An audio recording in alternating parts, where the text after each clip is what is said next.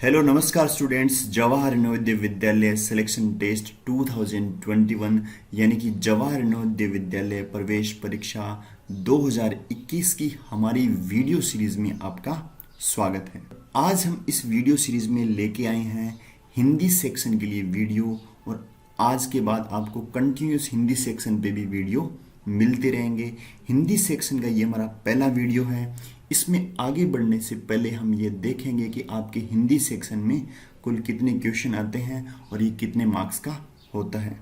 तो दोस्तों, हिंदी में आपको जो प्रश्न मिलते हैं वो होते हैं 20 यानी 20 प्रश्न मिलते हैं जो कुल 25 अंकों के होते हैं। तो एक प्रश्न होता है 1.25 अंक का, और इसमें आपको कुल 4 गद्यांश मिलेंगे। 4 गद्यांश, हर गद्यांश में, गद्यांश यानी पैसेज या पैराग्राफ जो भी आप बोलना चाहें, हर गद्यांश में 5 क्वेश्चन होंगे। तो 4 गुणा 5 यानी कुल 20 क्वेश्चन होंगे, और टोटल जो इनके अंक रहेंगे वो रहेंगे 25। अब देखिए दोस्तों, जो आपको गद्यांश मिलेगा उसको आपको करना कैसा है, आप उसको सोल्व कैसे करेंगे, यानी पैराग्राफ को कैसे करें। इसको करने से पहले आपको कुछ बातों का ध्यान रखना होगा। जो बातें मैं आपको बताऊंगा उनका ध्यान रख के आपको इस गद्यांश को करने में बहुत ही आसानी रहेगी। तो दोस्तों, सबसे पहली जो महत्वपूर्ण बात है वो ये है कि जो भी गद्यांश आपको दे रखा है उसको आपको बहुत ही ध्यानपूर्वक पढ़ना है, पूरा मन लगा के पढ़ना है। और जो सेकंड चीज़ आपको जो ध्यान में रखनी है वो ये है कि जब भी आप गद्यांश पढ़ रहे हो तो कोई लाइन बीच में नहीं छूटनी चाहिए। यदि लाइन बीच में छूट गई तो फिर आपको कुछ समझ में नहीं आएगा। और लाइन बीच में ना छूटे इसलिए आप कोशिश करें कि आप जहाँ भी पढ़ रहे हो वहाँ हल्का सा अंडरलाइन करते हुए चलें। जैसे ये लाइन मैंने पढ़ दी तो इसको अंडरलाइन कर दिया, फिर मैं सिलेक्शन वाली लाइन पे आ गया, फिर जवाहर नवोदय विद्यालय वाली लाइन पे आ गया, फिर वीडियो सीरीज वाली लाइन पे आ गया। तो इस टाइप से आपको नीचे बढ़ते टाइम हर लाइन को अंडरलाइन करते भी आगे बढ़ना है ताकि आपकी कोई लाइन ना छूटे। यदि आपकी प्रैक्टिस ज़्यादा अच्छी है तो आप बिना अंडरलाइन किए हुए भी आगे बढ़ सकते हैं, पर आपको कोई लाइन इसमें छोड़नी नहीं है। और जो थर्ड चीज़ है वो ये है कि जो गद्यांश है आपका, उस गद्यांश की विषय वस्तु क्या है। विषय वस्तु का मतलब ये हो गया कि जिसने भी ये गद्यांश लिखा है वो इस गद्यांश के द्वारा आपको क्या समझाना चाहता है, वो क्या लिखना चाहता है। तो इस बात पर आपको विशेष ध्यान रखना है, और आपको ये देखना है कि जो गद्यांश का जो लेखक है, जिसने भी गद्यांश लिखा है, वो किस बात पर विशेष बल दे रहा है। आपको वो बात समझनी बहुत ही ज़रूरी है। यदि आप ये समझ पाते हैं तो आपको फिर प्रश्नों के उत्तर देने में कोई कठिनाई नहीं होगी। और दोस्तों, जो अगली बात है वो ये है कि जब भी आप गद्यांश पढ़ रहे हो तो गद्यांश पढ़ते टाइम कोशिश करें कि आप गद्यांश को लगातार पढ़ें। गद्यांश पढ़ते टाइम आप बार बार पीछे ना जाएं, कि जैसे आपने एक लाइन पढ़ दी, वो आपको समझ में आई, हल्की फुल्की समझ में आई, फिर आप अगली पे बढ़ गए, फिर आपको ये समझ में नहीं आई, फिर आपने पीछे से शुरू कर दिया। तो ये काम आपको बिल्कुल नहीं करना। यदि आपको समझ में नहीं आ रहा तो आप एक लाइन पे हल्का सा टाइम ज़्यादा लगा दें, पर आप बार बार 1-2 लाइन पढ़ के पीछे एक लाइन नहीं आना। आपको इस बात का विशेष ध्यान रखना है, क्योंकि जब भी आप ऐसा करते हैं तो गद्यांश को समझने में बहुत कठिनाई होती है। तो ये काम आपको बिल्कुल नहीं करना। जो अगली बात है वो ये है कि यदि आपको गद्यांश बहुत ज़्यादा समझ में नहीं आ रहा हो तो आप क्या कर सकते हैं, आप जो प्रश्न हैं उनको देख के उनको पढ़ेंगे कि उनमें क्या शब्द आ रहे हैं, क्या उनमें वाक्यांश आ रहे हैं, वो गद्यांश में कहाँ आपको मिल रहे हैं। तो आप वो वाक्यांश या फिर वो शब्द उस गद्यांश में से मिला के उस प्रश्न का उत्तर देने की कोशिश करेंगे। पर ये तभी करना है जब आपको गद्यांश में से कुछ भी समझ में नहीं आ रहा हो।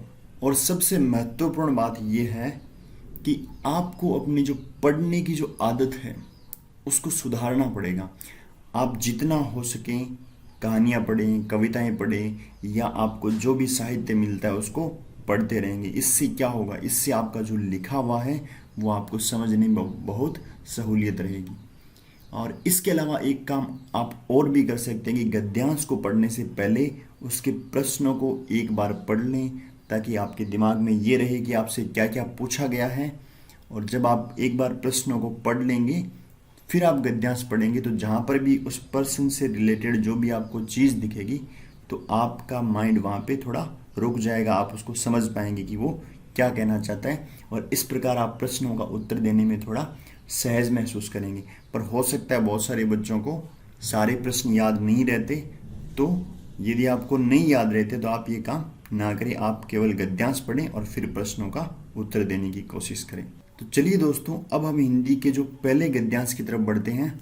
अनुच्छेद 1, पैसेज को हिंदी में अनुच्छेद भी बोलते हैं। इसको हम पढ़ते हैं कि पर्यटन मनोरंजन और शैक्षिक दोनों ही होता है। यानी पर्यटन क्या होता है? पर्यटन में आप जगह जगह की यात्राएं करते हैं, उसको क्या बोलते हैं? पर्यटन। मनोरंजक और शैक्षिक, यानी इससे आपका मनोरंजन भी होता है और आपको शिक्षा भी मिलती है, आपको कुछ नया सीखने को भी मिलता है। इसे सदा ही शिक्षा का महत्वपूर्ण भाग माना जाता है। यानी इसे सदा ही शिक्षा का महत्वपूर्ण अंग माना जाता है। यूरोप में किसी नवयुवक को तभी पूर्ण शिक्षित माना जाता है, ये थोड़ी सी टाइपिंग में मिस्टेक हो सकती है। यूरोप में किसी नवयुवक को तभी पूर्ण शिक्षित माना जाता है जब ये यूरोप के बहुत से देशों में भ्रमण कर चुका हो।